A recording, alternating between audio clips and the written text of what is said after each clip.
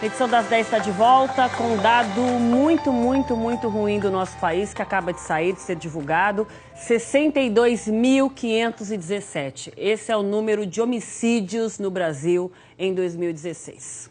Esse dado está no relatório, no Atlas da Violência 2018, que é uma parceria do Fórum Brasileiro de Segurança Pública com o Instituto de Pesquisa Econômica Aplicada.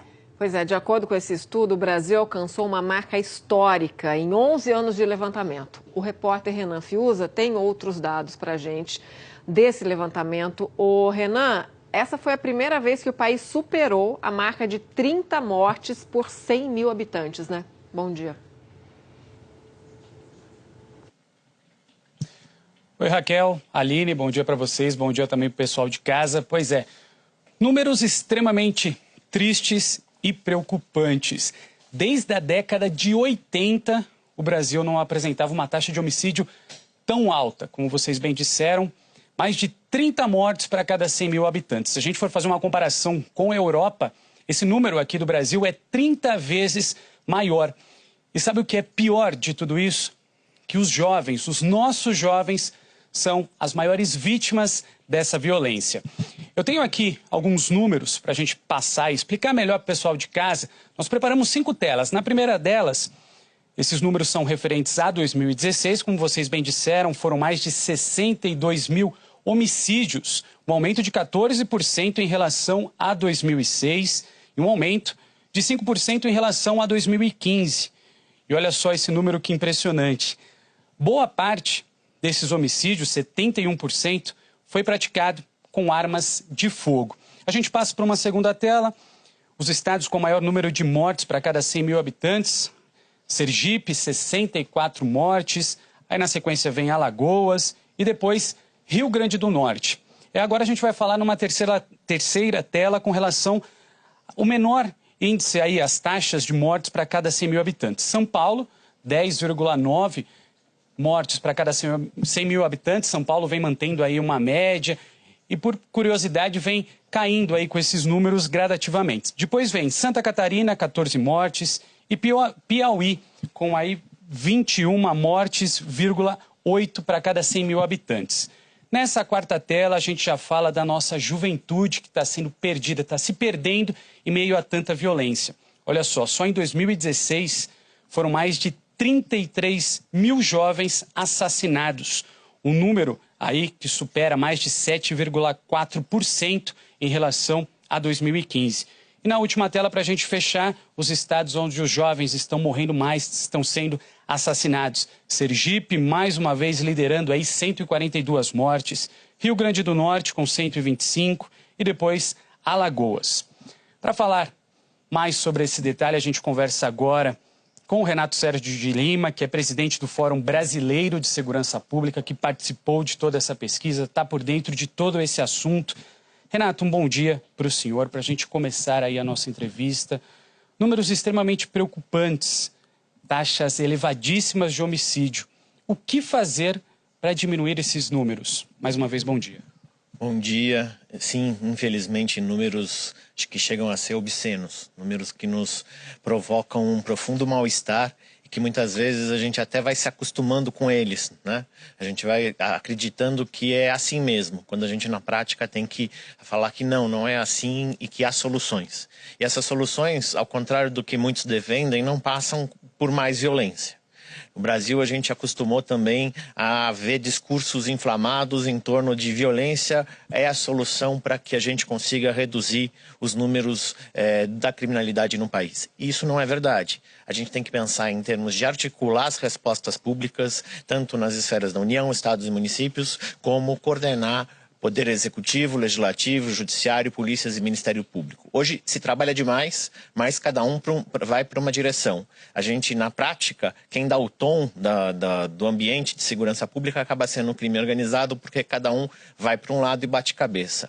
A grande solução passa por criar mecanismos de cooperação, integração e fazer com que segurança pública seja baseada em evidências e inteligência, não na vingança e não no rancor, porque isso é o que o crime organizado faz. E o Atlas, ele mostra também claramente que os nossos jovens são as maiores vítimas dessa violência, né? Jovens de 15 a 29 anos. E esses números vem aumentando gradativamente ano a ano. Existe alguma solução? Políticas públicas voltadas, projetos, enfim, o que fazer para salvar os nossos jovens? Esses números de jovens representam que a cada ano não só nós estamos boicotando o nosso futuro, como a gente está, de alguma forma, nos empobrecendo. A cada ano, isso implica mais ou menos 1,5% do nosso PIB, do nosso Produto Interno Bruto, jogado na lata do lixo em função das mortes violentas de jovens. E há sim as soluções. No mundo todo, as soluções passam primeiro por projetos que tenham a ver com prevenção, projetos que tenham a ver com resolver o problema do sistema prisional brasileiro, que é, na verdade, um grande espaço de recrutamento para as facções, e passa, na verdade, para você criar instrumentos que façam com que a população jovem do país tenha alternativas, perspectivas e, mais do que isso, a gente tem que, de alguma forma, fazer o controle de armas. Um instrumento que provoca 71% das mortes no país todo precisa ser controlado. Não adianta a gente pensar que o Estado pode dar um cheque em branco para que a população faça o que bem entender. Tá certo, Renato. Muitíssimo obrigado pelas informações. Meninas, é com vocês. Obrigada, Renan, e ao Renato também. Esse mapa da violência mostra ainda que os negros vivem uma realidade quase que paralela quando o assunto é violência. Lilian Ribeiro, aqui no Rio, tem os detalhes pra gente. Lilian, a gente sabe que é uma raiz histórica aí por trás desses números. Os negros são as maiores vítimas da violência no país. O problema é que o número não para de crescer.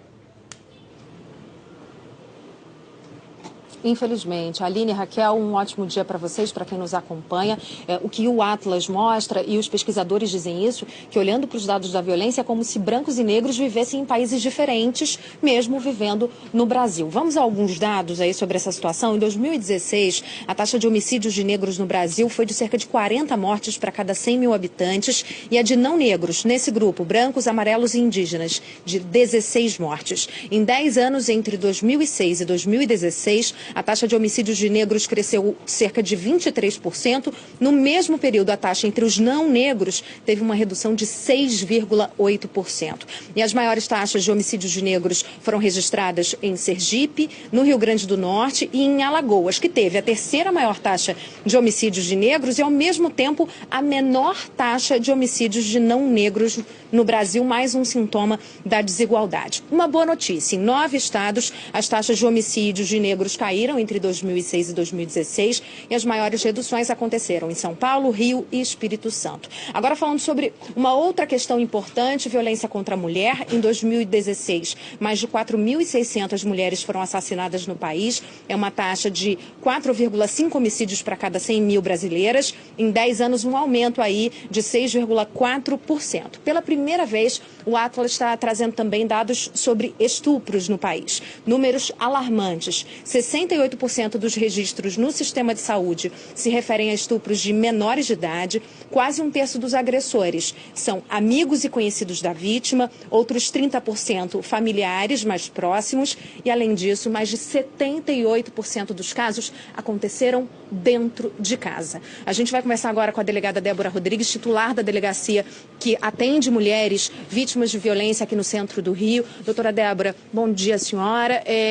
Esses dados correspondem ao que vocês veem aqui no dia a dia, no atendimento a essas vítimas? Corresponde, sim. Na verdade, a violência contra o homem, ela é praticada nas ruas. O homem morre, mas é na rua. A mulher não. A violência é praticada dentro da própria casa. O lugar mais perigoso para a mulher viver é dentro da sua casa. A chance dela ser assassinada, dela ser violentada sexualmente, é 6 vezes maior dentro da casa e por aquelas pessoas que a rodeiam, que moram com ela, sejam companheiros, namorados, pais. E a gente também destaca aqui, obrigada, doutora, pela participação conosco, a gente destaca também, os pesquisadores apontam que, no caso de estupros, a gente ainda tem uma grande subnotificação aqui no Brasil. Aline e Raquel. Infelizmente, esses dados são tristes, né? Lilian, muito obrigada aí pela entrevista, pelos dados.